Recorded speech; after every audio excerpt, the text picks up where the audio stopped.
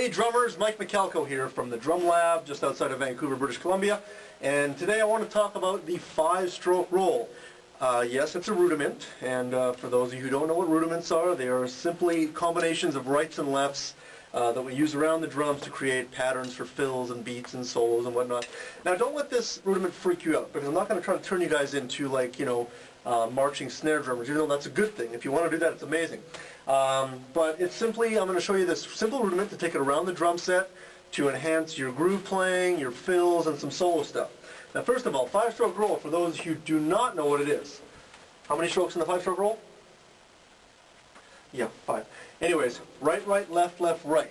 2 sets of doubles, right, right, left, left. There's your 2 sets. 1 single.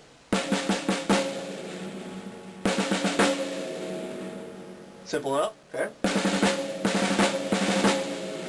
Now this rudiment is also meant to be played with the opposite hand leading as well. So we want to go left, left, right, right, left.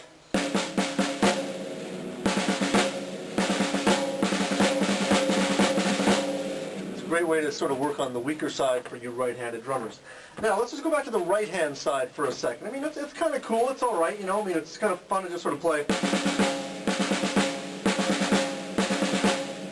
You know, some of you might be thinking, well, why can't I just go? It sounds exactly the same. Well, I'm going to show you some stuff around the drum set that the single-stroke roll with 5 notes will not work the same as the 5-stroke roll.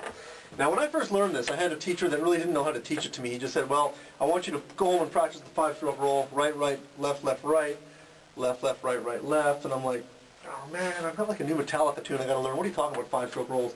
And I went home and I probably did this for about 8 seconds. Put it away and then started working on Disposable Heroes or something like that.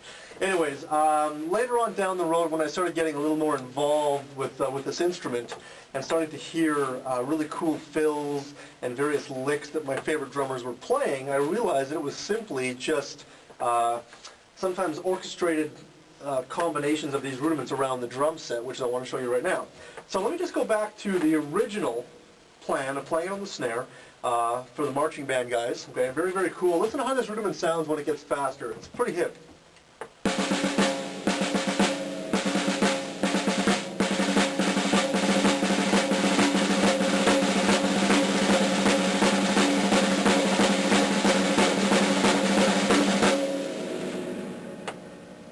No longer sounds like a 5-stroke roll, but it still is.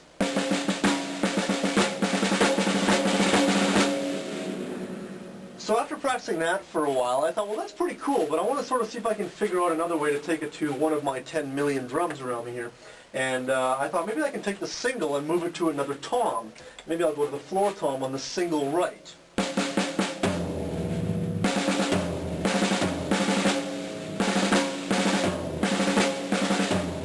Combine the two.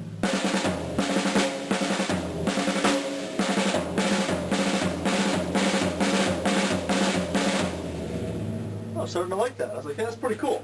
Then I went back to the left side, which was left, left, right, right, left. Okay, and I put the left single on a tom.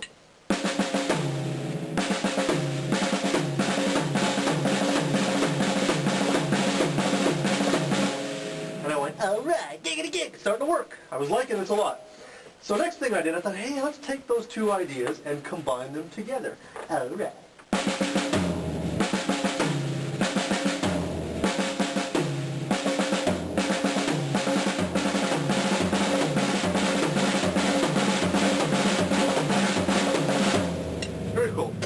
Time.